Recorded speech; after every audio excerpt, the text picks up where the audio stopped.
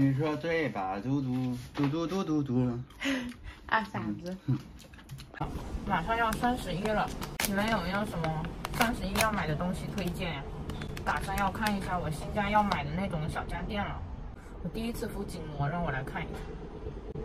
它这个有2个洞洞，我觉得还蛮贴心的，就可以调节耳朵的那个远近。那我要挂近的这样子感觉它会紧一些。洗衣机我是在想，它是做那种传统洗衣机呢，还是那种滚筒洗衣机？就一个站着滚，一个横着滚嘛。我横着滚的滚得干净吗？因为横着滚的感觉力道啊没那么大。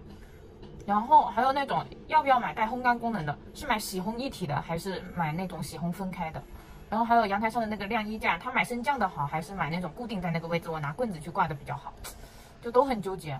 然后最重要的一点就是那个家里的那个净水器买什么样的好？我看好多什么反渗透的，然后还有那种什么家里的第1道滤水器那种，那个叫什么我也不知道，我就不知道净水器买哪种好，你知道吗？我感觉那个太复杂了。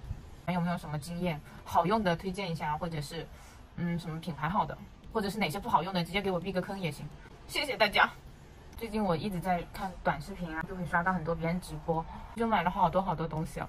然后正好看脱口秀的时候，有一期有个人正好在讲网络购物的这个现象，他说像这种平台直播，就你买的话，商家觉得他赚了，然后我们消费者也觉得啊我们赚了，出现了这种双赢的局面，那到底是谁亏了呢？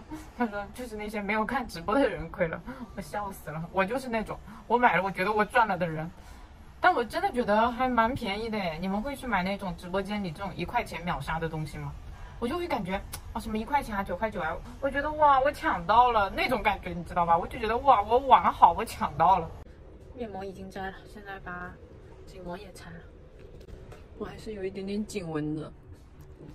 又到了我最喜欢的拆快递时间，这是1分钱抢的洗脸机，10块钱的地根膜。1块钱的面膜也是那种秒杀的，又是面膜。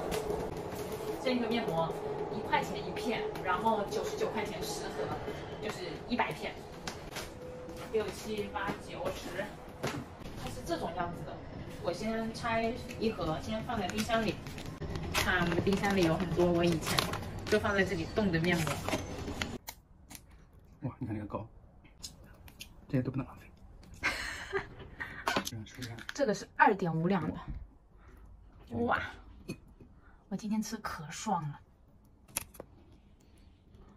哇，嘿，好吃，吃呗。想给你又不想给你，我看出来了。你都吃1个了呢，不要拿爱来道德绑架我，我就不给。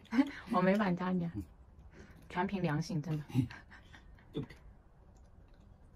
没了吧？我也是这么吃的，这可好吃了吧？比我们那店里99吃的那个芥末好吃的多得多得多吧？看一下这个，看哦，哇哦 ，yes， 我的妈耶，香不香？这一支可几十呢，30几块钱，值不值啊？满足吧？今年咱就买这一回哈。